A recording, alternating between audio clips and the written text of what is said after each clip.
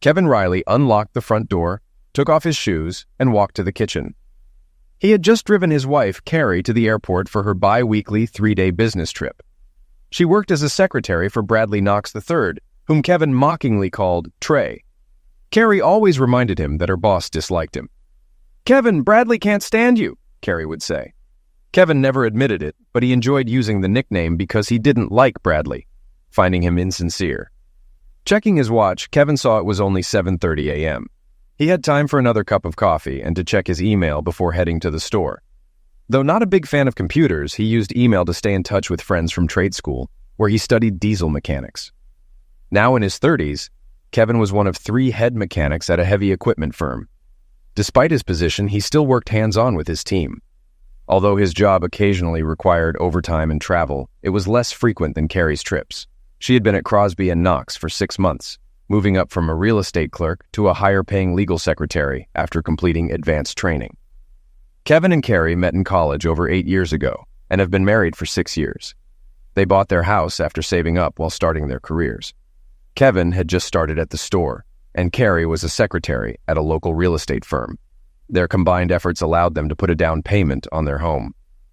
After his coffee, Kevin went to the spare bedroom to use the computer, hoping it was still on since Carrie had used it earlier. He smiled at the screensaver photo from their vacation in Cancun, showing them tan and happy on a beach. He had wanted a more private photo as the screensaver, but Carrie vetoed the idea. Kevin clicked to remove the screensaver and saw an email from Carrie's work account on the screen. Curious, he noticed the word underwear in the email. Wondering why it was there, he realized their modem had likely malfunctioned again, as it often did, requiring a reset. Kevin jerked his hand away from the modem and froze, reading the email his wife received from her boss. The message was brief but devastating. "Carrie, I hope I catch you before you leave. I really want you to bring that black bra I gave you on our last trip with the teal accents. You didn't get a chance to wear it for me. My first meeting with the governor isn't until 2 p.m., so we might have time for you to wear it. And I took it off for you this morning, Bradley." He reread the email multiple times, but its meaning was clear. Carrie was having an affair with her boss, Trey. Kevin sat stunned, opening and closing his mouth like a goldfish. Finally, he staggered to his feet and pushed his chair hard enough to hit the wall. Kevin remembered seeing the bra in Carrie's drawer when she packed, but now it was gone. Hoping it was a sick joke, he checked all her drawers, but the bra was missing. He recalled Carrie saying she bought it on sale at Victoria's Secret, but she had never worn it for him. Desperate for an explanation, Kevin sat on the edge of the bed, trying to rationalize the email. Carrie had always been loving and their relationship strong, with no signs of infidelity. He couldn't believe she was cheating. Kevin returned to the computer, hoping to find more information. He rebooted the modem and searched her email account. After scanning her inbox, he found a folder labeled Personal, filled with messages from her boss. He opened the first message, reading it twice as his face turned pale. He printed the letter and called in sick to work, unable to focus. For the next hour, Kevin read and printed more messages, forwarding copies to his personal email. As he finished, tears filled his eyes. He realized his marriage was over. After one last check of Carrie's email at Crosby & Knox and finding nothing else, Kevin logged out of her corporate account and switched to his own. He created a separate folder for all the forwarded messages and changed his password to keep them secure. Shutting down the computer, he took the printed messages and his now cooled coffee back to the kitchen. Grabbing a beer from the fridge, he sat at the kitchen table and reread the messages, surprised at how much they revealed about Carrie and Trey's trips to the state capitol. Carrie had only been at her new job for a week when she was told she'd need to accompany Trey to the Capitol. The firm lobbied the governor's office and represented clients in state courts, so it seemed honorable at first. Kevin now realized Trey likely targeted Carrie from the start, with some trips being unnecessary for business. Carrie soon began volunteering for these trips, and Kevin suspected Trey seduced her on the second trip, if not the first. The first email in her personal folder was Trey's reply to her thanking him for a Gucci purse and a wonderful dinner, hinting at their night together. Kevin remembered Carrie showing him the purse, claiming it was a $40 knockoff from a mall kiosk. Her deception and ease in lying made him nauseous. The correspondence between Carrie and Trey was frequent, usually around their trips. Kevin discovered they stayed at the same hotel, booking 2 rooms, and Carrie would join Trey after Kevin's nightly call. Their jokes about his predictability hurt deeply. Kevin learned more about Carrie's deceit from other emails. For instance, the expensive diamond earrings she wore to the Christmas party were a gift from Trey, though she claimed they were cubic zirconia. Trey's thank you note for an extravagant gift from Carrie implied she went beyond mere gratitude. One email mentioned Trey's condominium, triggering Kevin's memory of Carrie mentioning her boss's place overlooking the river park. It seemed likely they met there during the day, under the pretense of work or during lunch, with Carrie careful to hide any evidence. By noon, Kevin had reread all the letters and knew he needed to decide what to do before Carrie returned with Trey. She usually flew in early Friday morning, taking a cab home and calling Kevin at work to confirm her safe arrival. Ironically, the biggest danger had already caught up with her while she was away. Kevin grabbed 2 more beers and stretched out on the living room couch, realizing almost 5 hours had passed since he dropped Carrie off at the airport to meet her lover. Kevin realized they must have planned this carefully since he rarely saw Trey when he took Carrie to the airport. Occasionally, Trey was in the departure lounge, but always ignored them. By 6 p.m., Kevin was barely conscious, having visited the bathroom and kitchen multiple times to get more beer. When he went for another beer and found the fridge empty, he saw the 12 empty bottles on the table. He had finished both packs he bought the day before. Exhausted and having eaten nothing, he needed sleep. He managed to reach the bed and passed out fully clothed. At 10:15 p.m., the phone woke him from a haze of memories of happier times with Carrie. He guessed it was her calling to check why he hadn't called her at the Hyatt Inn. Everything he'd learned came rushing back, and he decided to wait until she got home to confront her. The answering machine picked up just as he answered. "Hello, is that you, Carrie?" "Yes, it's me," she replied. "Why didn't you call? You always do. Is something wrong?" He heard concern in her voice and almost lashed out, but held back. "I'm sorry, Carrie. I fell asleep." "What's wrong? You've never done this before," she insisted. Kevin almost confessed, but instead said, "I had a couple of beers after work, and I guess they knocked me out." He went on the offensive. "So how was your day? Busy this morning? Hope Trey isn't too hard on you." Carrie hesitated. "No, I wasn't busy. Why do you ask? You never ask about my work here." "Just curious. How are things going for you? Are you doing well?" he pressed. "Of course. Why are you asking that?" she replied nervously. "Just kidding. I trust you completely," he lied. Carrie seemed uneasy. "Of course you do. You've never said anything like that before." "Forget about it. I didn't mean anything by it. I'll probably go to bed. The beer's making me sleepy." "Okay, Kevin, get a good night's sleep. Love you." Kevin couldn't say those words back. "Okay, I will. Goodbye, Carrie." He hung up and went to the bathroom, then sat by the phone, waiting 15 minutes before calling the Hyatt Inn and asking for room 612. After a dozen rings, he hung up, not surprised when no one answered. He suspected they were making fun of him, planning to get him to call earlier. Realizing they were probably having fun without him brought tears to his eyes, and he stumbled back to bed. The next morning, he didn't feel too guilty about his overindulgence. After a shower, he felt well enough to go to work, but couldn't stop thinking about Carrie. He performed his tasks robotically, his coworkers noticing his distraction. Relieved when the day ended, he picked up burgers and fries on the way home, food he usually avoided, and washed them down with 2 beers. Knowing he couldn't drink like this every night, he left the second 6-pack untouched. At 8 o'clock, Kevin called room 612 at the Hyatt Inn, but no one answered after 10 rings. Based on previous emails, he knew Carrie was usually in the room from 9:30 to 10 o'clock for his nightly calls. Experimenting, he called every half hour, making his 4th call at 9:25. Each time, no one answered. Finally, at 9:45, Carrie picked up on the second ring. "Hey, Kevin, you're calling just in time. I was about to get under the covers but waited for your call," she laughed. "I didn't sleep tonight, Carrie. Just watching TV and waiting to call you." "How did you spend your evening?" he asked, trying not to sound suspicious. "Same here, Kevin, just watching TV. Took a long hot bath earlier," she replied, seeming unaware of his suspicions. "That's good. You should be well rested for tomorrow night. We'll need to keep you busy when you get back," she giggled. "Already making plans, huh? I can't wait." After a few more minutes of small talk, Kevin ended the call. "I have a couple more things to do before bed. See you tomorrow." "Bye, sweetie. Looking forward to tomorrow night. Love you." Kevin hung up without responding. He waited another 15 minutes before calling room 612 again, and once more, no one answered after 10 rings.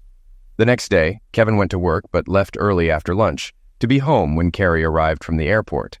He knew they wouldn't spend the night under the same roof and was prepared for one of them to leave. Home by 1 o'clock, he waited patiently, feeling an emptiness inside but determined to maintain his dignity. Reflecting on their life together, all he remembered were the good times. The recent discoveries seemed unreal. He was at the kitchen sink when he heard the front door open and Carrie's luggage rolling down the hallway. She appeared in the kitchen, initially surprised to see him. "Kevin, what are you doing here? Why aren't you at work?" she asked, her surprise turning to concern. "I've been waiting for you, Carrie," he replied calmly, emotionlessly. "Why?" she asked, looking more concerned. Instead of answering, he threw a stapled bundle of letters on the table in front of her. She glanced at him, then at the papers, her curiosity quickly turning to shock as she read. Her face lost color as she skimmed through the pages. When she finished, she threw them back on the table and stood silently. "Well, she finally said. "Where did you get this?" "It's from my email at work. The modem broke and my email stayed on the screen, didn't it?" Kevin managed to speak calmly. "Yes. If it weren't for that, I probably never would have found out. You've been very good at keeping this affair a secret." Carrie said nothing more, took out her cell phone and started talking, her back to Kevin. "Kevin knows. It doesn't matter how. Yes, I'll call a cab and meet you there. Bye." Carrie turned slightly toward Kevin and said, "I'm leaving. I'm sorry you found out this way. I'll be back tomorrow for the rest of my things." She grabbed her travel bag and started to leave. Kevin, in disbelief, shouted, "That's it? No explanation? You're just sorry I found out this way?" Carrie replied, "What's there to explain? I've been with Bradley so much that being with him completely is just the next step. He's been good to me. You can't compete, Kevin. I'm sorry." Tears welled up in Kevin's eyes as he asked, "Is this about the money, the purse, the earrings, and other things?" Carrie hesitated. "Gifts are part of it. Bradley lives upscale and I'm ready for that life." She went to the bedroom, staying there for 5 minutes while Kevin tried to collect himself. When she returned with a garment bag, he heard the cab honking outside. Without another word, she left. Kevin followed her, watching the cab driver load her luggage. She got in, glanced back at Kevin, and he thought she might be crying. Alone in the kitchen, Kevin wondered, what the hell just happened? The next day, Saturday, Kevin was still in shock. Carrie called around noon, saying she was coming to pick up the rest of her things with her father. When they arrived, Kevin sat quietly on the couch as they moved boxes. After a few minutes, Carrie's father, Joseph Kane, joined Kevin. They sat in silence until Kevin asked, "Did she tell you what's going on?" Joseph looked embarrassed. "I'm sorry, Kevin. She seems to have made up her mind. We don't understand why she'd leave you for her boss." Kevin replied, "I guess it's what he can give her. She didn't say she loved him or stopped loving me." Joseph asked, "Does it really matter?" Kevin thought and answered, "No. She's been with him for months. I can't forgive that, even if she wanted me to." They sat silently until Carrie emerged, saying, "I have everything I want. Do whatever you want with the rest." She had tears in her eyes as she carried a box outside. Her father followed with another. After they left, Kevin noticed some of Carrie's things still in the closet and drawers. He threw away her remaining clothes, makeup, and toiletries, erasing traces of her from the bedroom and bathroom. He spent the rest of the day lying on the bed, thinking about what he could have done and fantasizing about revenge. Eventually, he realized that although he was angry, he wasn't vengeful. He decided to focus on forgetting her, as difficult as that might be. The weekend passed in a blur for Kevin. He drank heavily, finishing all the beer he bought, trying to numb the pain of Carrie's betrayal. By Monday morning, he felt slightly better, coming to terms with the situation. On Tuesday, Kevin called Crosby and Knox to get a forwarding address for Carrie's mail. The receptionist said Carrie would email him the information. That evening, he received an email with Trey's 9th floor apartment address. Wednesday morning, Kevin was called into his office for a phone call. His bank informed him that his mortgage payment had defaulted. After a heated discussion, he discovered both his and Carrie's accounts were empty, with nearly $20,000 transferred out. Furious, Kevin went to Crosby and Knox, determined to confront Carrie and demand half the money back. He stormed into the office, bypassing the receptionist, and confronted Carrie loudly, accusing her of embezzlement. Bradley Knox III stepped out of his office briefly before retreating and locking the door. Kevin turned back to Carrie, demanding his money. She handed him an envelope, saying he could have the car, house, and furniture. Kevin opened the envelope as security guards approached, warning him to leave or face charges. He left, calling Carrie a money-hungry cow and yelling at Trey for hiding. In the parking lot, Kevin examined the envelope's contents. It was a spreadsheet detailing their assets and liabilities. If he kept the house, car, and furniture, and she took the cash, their split would be equal. He realized, however, that selling the house would incur additional costs, not reflected in the spreadsheet. Kevin went to his bank and arranged a line of credit to cover the mortgage and other expenses until his next paycheck. He hoped he could manage the financial burden until he sorted things out. Kevin always relied on their savings to handle unexpected expenses, but now he knew it would take months to regain control. The next 2 weeks were a blur of emotions. The day after visiting Crosby and Knox, he received a letter warning him to stay away from Carrie and Bradley Knox III, or face molestation charges and a restraining order. Furious, he almost responded, but decided against it. A week later, Carrie filed for divorce using the settlement terms from the spreadsheet. After spending $200 and losing more hours of wages, a lawyer advised him that fighting it would cost more than it was worth. When not dealing with legal notices, Kevin's life slowly improved. 3 weeks after Carrie left, he realized he needed to erase her memories from his home. He removed her makeup table, rearranged the bedroom furniture, and redecorated the bathroom. Feeling better, he then tackled the photos. He removed pictures of her from frames, stored photo albums containing their memories, and kept only photos with friends and family. One evening, while looking through old photos, he found a picture of himself with Carol Reese, his high school friend. Wondering about her, he checked the phone book but found no listings for her or her mother. Satisfied, he put the book aside. About 6 weeks after Carrie's departure, Kevin was interrupted from his late-night TV by a knock on the door. He was surprised to see it was Carrie's brother, Robert Kane. "Hello, Robert. Come on in. Didn't expect to see you," Kevin said, stepping back to let Carrie's older brother in. Robert patted Kevin on the shoulder and said, "What's up, Kevin? I tried calling you, but your number's not in service." "I switched to just using my cell phone to save money." Kevin led Robert to the living room. "Want a beer?" "Sure," Robert replied. Kevin returned with 2 open bottles, handing one to Robert. "So what brings you here?" "I wondered if I'd see you again after Carrie left," Kevin said. Robert shifted uncomfortably. "That's why I'm here. Carrie visited my wife 2 days ago. I told her what I thought about her cheating on you. Then she and Susan went to the kitchen to talk. I listened in from the garage." Kevin leaned forward. "What did she say? I'm still trying to understand why she left." "She admitted she dumped you because she thought you wouldn't forgive her. She said while Bradley's gifts and lifestyle were great, you were better in bed. She was planning to break up with him soon if you hadn't caught her." Kevin sighed. "Would've, could've, should've. It doesn't matter now. She knows it's over and regrets it, but she's still pushing for the divorce," Robert said. "I heard her and Trey use the term starter husband. It sounds like she saw you as a step up." Kevin gritted his teeth. "Isn't that wonderful? Don't fight with Susan over this, Robert. I need to talk to her without losing my temper.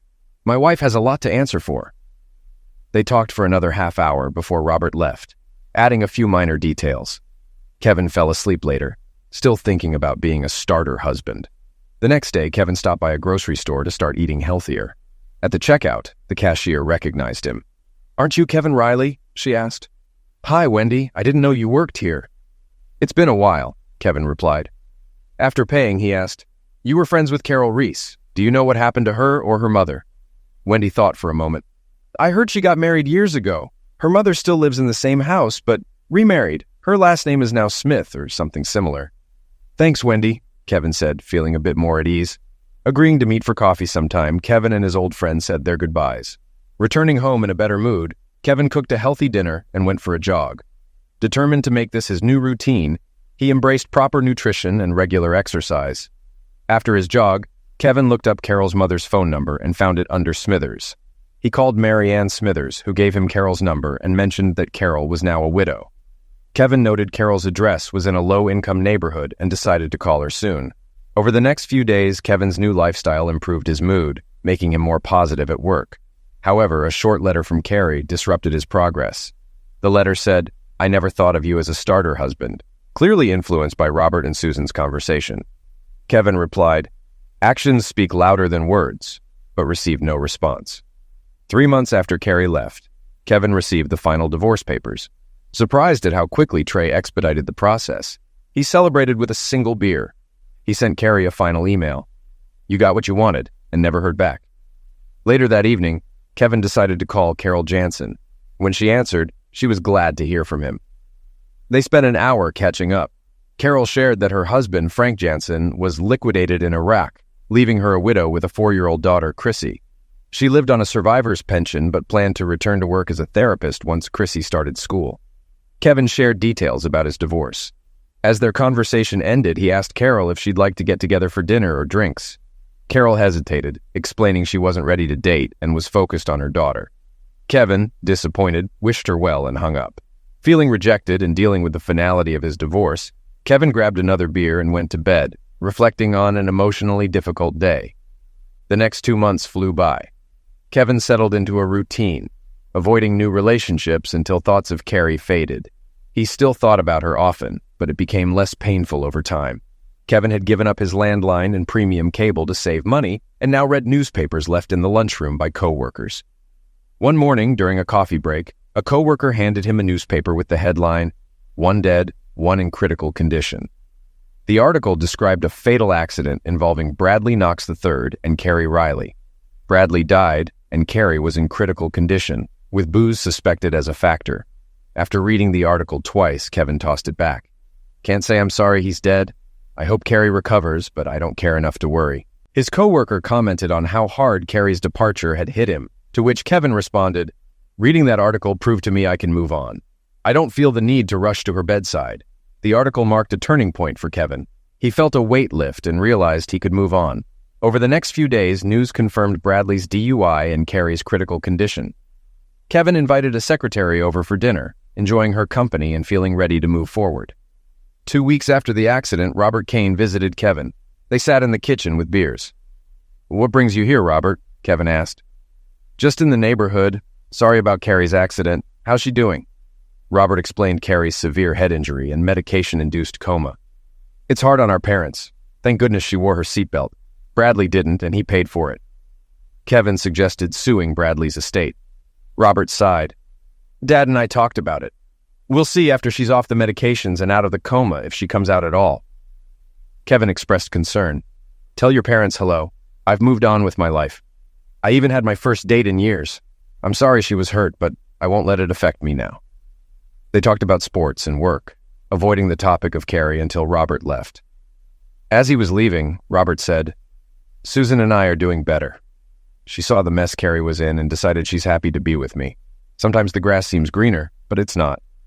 "Glad to hear that, Robert. It was probably Carrie who influenced Susan. Carrie forgot her obligations to our marriage. It could have been worse. We could have had kids." They shook hands, and Robert left. Another 6 weeks passed quickly for Kevin. He heard nothing about Carrie and assumed she was recovering. Kevin started dating again, going out about once a week. He spent a few nights with Jean, the receptionist from work, and enjoyed their time together, helping him feel ready to date again.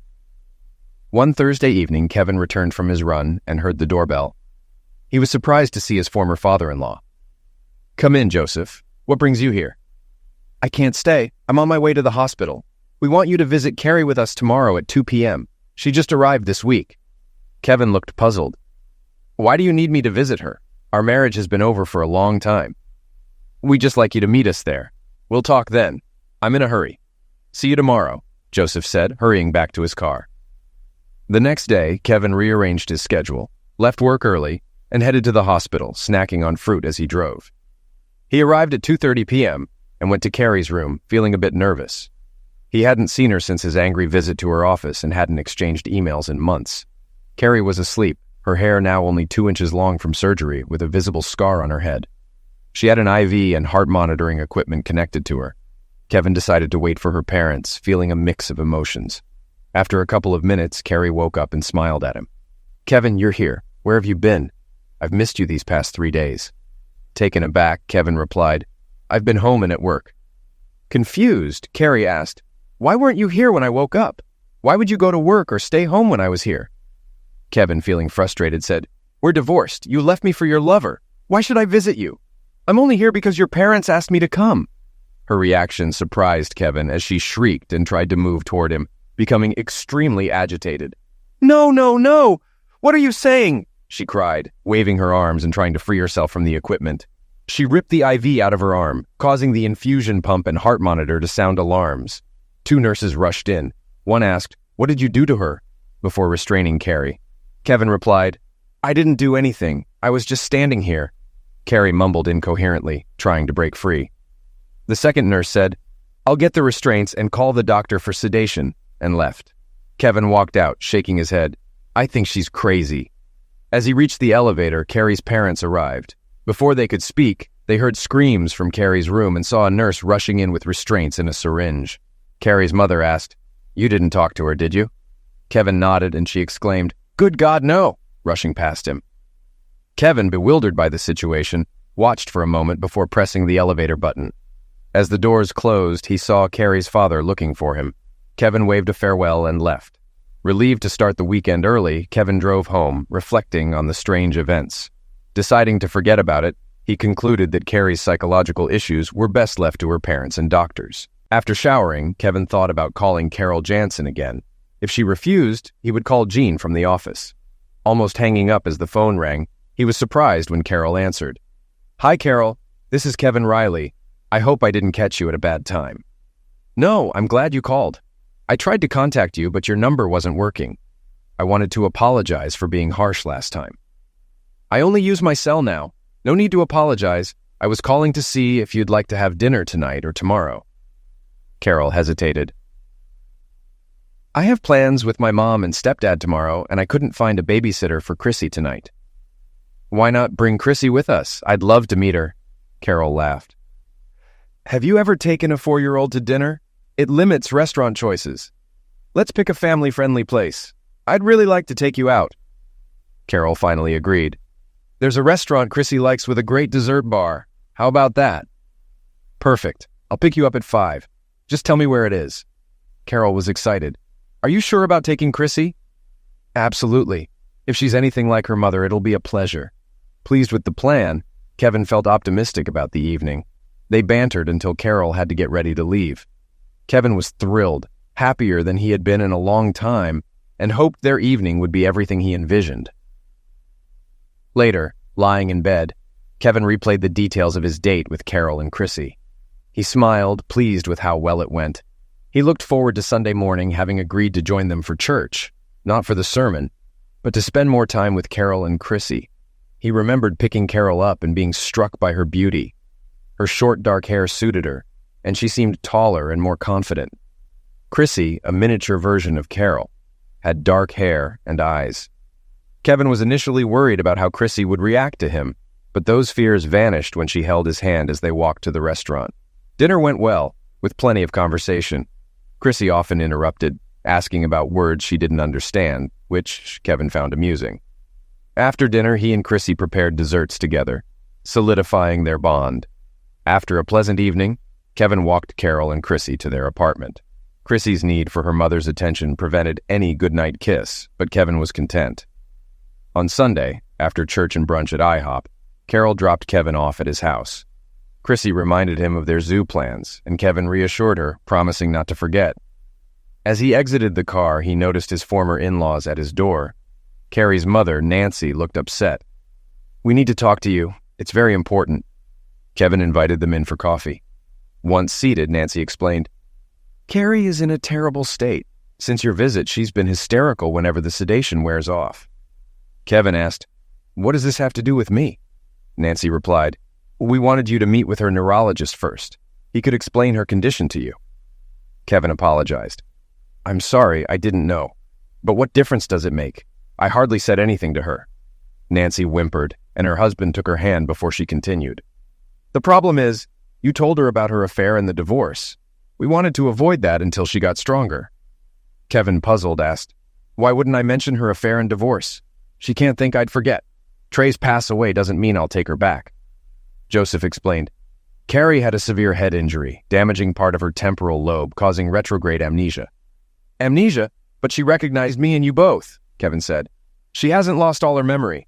She's missing the last year and a half and some earlier periods. She thinks you two recently returned from Cancun. The doctors believe she might recall more over time, but it's uncertain." "So she doesn't remember the divorce or the affair? Lying to her isn't an option. and she won't get a free pass just because Trey is gone, Kevin responded. Joseph continued, "We don't need to lie. Telling her falsehoods could create false memories. We need to give her small pieces of truth to help her fill in the gaps." "So, I shouldn't have told her about the affair and divorce?" Kevin asked. "Not exactly. The doctor advised giving her bits of information gradually. You overloaded her, which might have triggered some memories, but we don't know how much." Nancy, regaining composure, said, "She's not strong yet. Your news upset her. They're starting her on new medication, and we hope to discuss everything soon." Kevin felt ashamed. "I'm sorry if I made things worse. I didn't know her condition." "It's okay, Kevin. We hope you can help her by triggering her memories. We'd like your photo albums. The doctors say pictures might help." Kevin stood and looked out the window. "I can't help with the albums. They're gone. I threw them out months ago." Nancy, puzzled, asked, "What do you mean?" "I mean they're gone. I deleted the pictures I wanted and threw out the rest. I offered them to Carrie, but she wasn't interested." Joseph and Nancy were shocked. Kevin added, "I have some other things that might help. Give me 15 minutes. Kevin returned with a stack of papers and a CD. "Here are the letters I used to discover the affair. Maybe they'll help Carrie remember." He placed the stack in front of Nancy, who reached out to read them. Kevin quickly took them back. "There are explicit passages. Consider yourself warned if you decide to read them." He added copies of all the legal letters, including the warning letter after his visit to Crosby and Knox. The last item was a CD labeled Cancun. Handing it to them, he said, "These pictures are all I have left of our time together. They include photos from a nudist beach. Carrie should probably look at them alone." Carrie's mother folded the papers and CD. Kevin hoped it would help Carrie. They sat in silence before Nancy said, "I don't think you'll want to talk to Carrie about everything that happened." Kevin replied, "Not right now. If she wants to talk after reading this and realizing what she did, call me, and I might consider it." Her father asked hopefully, "Could you consider starting over with her?" Kevin shook his head. "I can't risk that. She chose Trey's wealth over me. I can't believe a blow to the head changed that part of her. Even if it did, I won't take the chance." Joseph and Nancy understood, but thanked him for his willingness to talk later if needed. As they left, Carol and Chrissy arrived. Chrissy excitedly told the older couple, "We're going to the zoo to see the elephants." The Canes greeted them warmly before driving away. Apologizing for not being ready, Kevin invited Carol and Chrissy inside while he changed. Soon, the happy trio headed to the zoo. Another month passed, and Kevin was happier than ever. He saw Carol and Chrissy weekly, though they couldn't turn their relationship into a lovemaking one due to Chrissy's presence. Carol suggested getting a babysitter for their next date, and Kevin eagerly agreed. On their date night, they watched a movie and danced at a bar, with Carol's mom babysitting Chrissy. Returning to Kevin's house, they enjoyed wine and danced to his CDs. After a few sweet kisses, Kevin picked up his cell phone. "What are you doing?" Carol asked, smiling. "I'm starting to like this already." Kevin pressed a finger to her lips. "Give me a minute. I want to talk to your babysitter." Carol, shocked, tried to grab the phone. "Don't bother my mother. Why are you calling her?" She stopped struggling when she heard Kevin say, "Everything is fine, Mrs. Smithers. I was hoping Carol could stay a little later." "Good. That sounds wonderful." Kevin paused, then said, "I like the way you think, Marianne. I'll handle the sheets. Goodbye." Ending the call, Kevin laughed. Carol, confused, asked, "What was that, Kevin?" Kevin laughed and said, "I'll tell you what we talked about. I think I'm going to really like your mom. She and I have always gotten along great." Carol, still confused, asked, "What did she say?" Kevin explained, "Your stepfather Gary joined her at your apartment. Chrissy is fine and sleeping, and your mom and Gary are doing the same thing there that we were doing here. He had a doctor's appointment today and brought some blue pills. Your mom insists you stay here tonight because they're using your bed and don't have pajamas." Carol, shocked, said, "My mom would never say that. What are you trying to pull?" Kevin laughed. "They were enjoying your wine, and Gary got your mom tipsy. She thinks we're good together and wants you to stay with me. She even said to make sure the sheets are changed in the morning." Carol, blushing, said, "I find it hard to believe my mom said that." Kevin kissed her and said, "Don't forget to change the linens in the morning. Your mom wants us to meet them for brunch at 11 a.m. at IHOP with Chrissy." At 2 p.m., Kevin lay on the couch, reminiscing about the wonderful evening with Carol. When they arrived at IHOP, Mary Ann, Gary, and Chrissy were already there. Both adults smiled, and Chrissy laughed and waved. Kevin joked, "Sorry we're late, I had to do some laundry," making Carol blush. During the meal, they joked about blue pills, sheets, and wine, confusing Chrissy. Later, in the parking lot, Kevin kissed Carol and Chrissy and hugged Mary Ann. He whispered, "Thank you for your suggestions. It was the push we needed." Mary Ann whispered back, "You two are good together. Gary and I took the opportunity to test his prescription." She laughed and walked to the car with Gary. Kevin waved as they drove away, smiling when his phone rang. Thinking it was Carol, he answered, "Hi, Kevin." Recognizing Joseph Kane's voice, Kevin replied, "Yes, it's me. What can I do for you, Joseph?" Joseph said, "Carrie wants to talk to you. She's staying with us, and asked if you could come over for coffee. She's afraid you'd hang up if she called." Surprised, Kevin hesitated. "I guess I could. I have no plans today. Should I come over now?" "We'd appreciate it." "Okay, I'll be right over." As he left, Kevin wondered what Carrie wanted to tell him. As Kevin walked into his former mother-in-law's house, he recalled all the pleasant times he'd had there. But this visit felt different. Carrie wasn't home yet, so Joseph and Nancy asked him to join them in the kitchen. After pouring coffee, Joseph said, "Nancy and I will let you and Carrie talk alone. We'll be in the living room." They left just as Carrie walked in and sat across from Kevin. Kevin was surprised by how good she looked.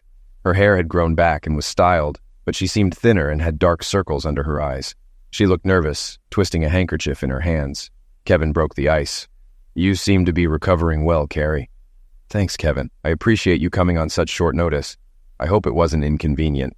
"It's not a problem, Carrie. How's your memory? Are you starting to remember things?" She shook her head. "I only remember a few things from the last year and a half. At Crosby and Knox, the receptionist helped me recall some details, but it's been frustrating." Kevin asked, "Are there things you want me to help you remember?" Carrie smiled. "I have a few questions. Susan helped me understand some of what I did." She kept dabbing her eyes. Kevin said, "Ask me anything, I'll be honest." "I'm truly sorry for how I treated you. If I hadn't seen the letters and talked to others, I wouldn't believe I did those things." Kevin remained silent, unable to say it's okay after all he endured. Carrie continued, "I have vague memories of Bradley and none of our times together. I don't know what I saw in him. I visited his apartment, and if my clothes and belongings weren't there, I wouldn't believe I lived with him." After a pause, she asked, "How did you find out about my affair? I know it involved email, but I don't know how." Kevin explained how he discovered the first message, which led to others. She pulled out the stack of letters he had given her parents. He described how the mention of lingerie caught his attention, and the lies about the purse and earrings. Carrie looked horrified as he recounted her deceit. When he finished, they waited in silence while she wiped her eyes. When she finally composed herself, she said, "Forgive me for lying. I know it seems easy for me to say, but I truly mean it." A few minutes later, she asked, "Can you tell me about the letter where Bradley and I joked about my chauffeur?" Kevin sighed. "I wish you hadn't asked. You were joking about me. Every trip to the state capitol, I drove you to the airport and carried your luggage, including the expensive lingerie for him. You both thought it was funny. You even joked about getting me to call your hotel room early in the evening." He described how he always called around 9:45, proving she wasn't in the room before or after his calls. He was visibly upset, and Carrie started crying again. After a couple of minutes, she said, "I'm so sorry, Kevin. I can't understand how I could have done that." Kevin took a long sip of coffee. "It's all in the past now, Carrie. I still get upset, but I've had time to get over most of it." The conversation shifted to her medical condition. She explained she was having infrequent seizures, and doctors were trying different medications to control them. Emotionally, she couldn't handle work and had resigned from Crosby and Knox. Her parents were consulting an attorney to sue the insurance company and Bradley's estate for her injuries. After about 15 minutes of small talk, Kevin said it was time for him to leave. Carrie quickly asked, "Do you think we could go on a date? I know you'll probably never forgive the new Carrie who betrayed you, but I'm the old Carrie again.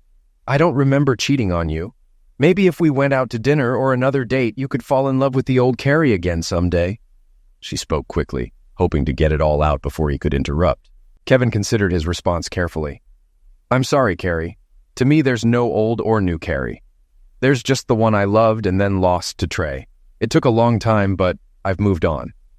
I know that's not what you want to hear, and I'm sorry." As he spoke, she began to cry quietly. When he got up to leave, she asked, "Did you find someone else?" He hesitated, unsure how his answer would affect her.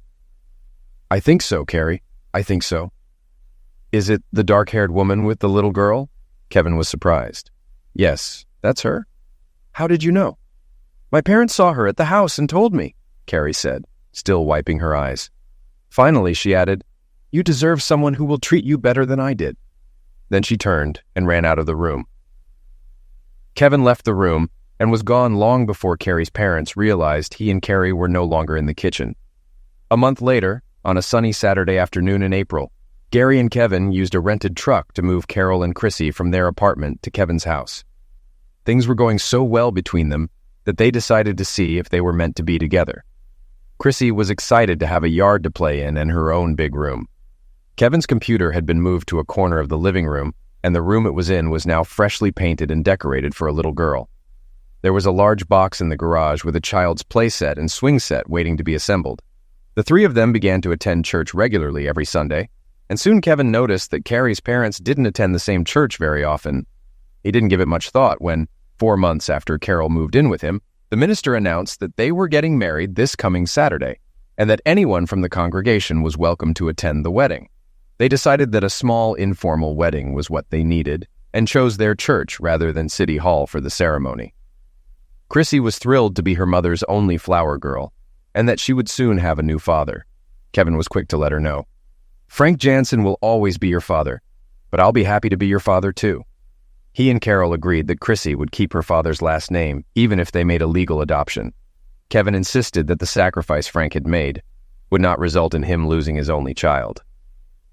Kevin and Carol spent an hour on the phone with Frank's parents, explaining their upcoming wedding and their plans to keep Chrissy and the Jansens' lives. The conversation ended with a promise to visit Chrissy's paternal grandparents for a week for the rest of the summer. Kevin couldn't wait to meet them, and they decided that this trip could be their honeymoon.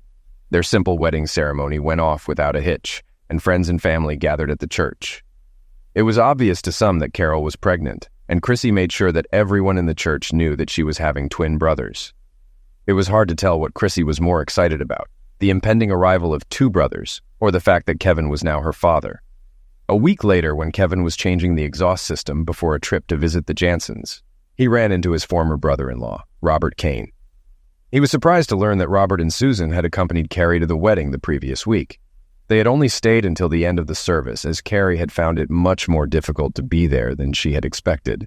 Kevin, for his part, had a hard time understanding why Carrie would come to his wedding. "Why did she want to be there? I know how upset she was when I told her about my affair with Carol." "Seeing us get married must have kept her busy," he said. "Now she's trying to get over you as you are over her," Robert replied. "She thought that watching you get married would make it easier for her to move on with her life. It bothered her a lot, but she said she was glad she went." The men continued to chat until Robert said, "I almost forgot to tell you, Carrie's claim against Bradley Knox's insurance company has been settled. Since it looks like she won't be able to work again, she managed to get almost $2 million. Part of the deal was getting his apartment, so that's where she lives now. We couldn't figure out why she wanted to do this, but she said she hopes living there will help her regain lost memories. Personally, I don't think that's likely. The doctors believe she has recovered everything possible. I'm afraid constant reminders of that idiot won't be good for her mental state considering he's dead. You're remarried, and she only remembers the good times with you. I think it's a mistake." 2 years flew by for Kevin and Carol. Their 2 sons, Frank and Kevin Jr., were joined by a younger sister, Chrissy. They named their daughter Marianne in honor of her grandmother. Their house was beginning to feel cramped for their growing family, and they were already debating whether to add an addition or buy a larger one. They hadn't made a decision yet, figuring they had another year before they would be forced to make a choice. It was a quiet Friday evening when the phone rang, and Carol picked it up. After a moment, she called Kevin to the phone. When he picked up, he was surprised to hear that Joseph Kane was calling. "I had to call you, Kevin, so you wouldn't find out about this tomorrow from the paper. Carrie is dead. Robert found her when he went to see her today. Apparently she died sometime yesterday." The news took Kevin by surprise, and he lost control of himself for a moment. His reaction was enough for Carol to realize something was wrong, and she stepped forward and took his hand in hers. Her reassuring touch and concerned look brought him back to the present. He was happily at home with Carol and their children. His brief reaction was caused by a flash of long-forgotten memories of Carrie. memories he knew could never be completely erased. He smiled encouragingly at Carol, then said, "I'm sorry to hear that, Joseph. I would like to extend my sincere condolences to you, Nancy and Robert. Do you have any idea what happened to her?" Joseph hesitated before answering. "I'm afraid she liquidated herself. She left a note for my mother and me, but it's mostly personal things meant just for us. She wanted us to tell you that she never stopped loving you. Apparently she tried, but was never able to get rid of the memories of you. She also wanted you to know that it wasn't just you. She had ongoing health problems, both physical and mental, and they played a part in it too." "I didn't know she had so many problems. I haven't spoken to her since the day I came to your house to see her. I'm very sorry to hear that something like this happened. If there is anything I can do to help you or Nancy, please let me know." They exchanged a few more familiar phrases, and then the conversation ended. A few days later, Kevin and Carol attended a memorial service for Carrie, where they were able to express their personal condolences to her family. From Crosby and Knox, only her friend Anne, the receptionist, attended. A few months later, Kevin learned that he was the heir to $500,000 from Carrie's inheritance. Most of her estate had gone to her parents and brother. Kevin and Carol had long debated whether to keep the inheritance for themselves. Kevin worried that it would bring back constant memories of Carrie and their lives. In the end, they kept it and set up 4 trust funds for their children's education. The balance was used to buy a new, larger home. They found that they often remembered Carrie and her generosity, but it didn't give them any trouble.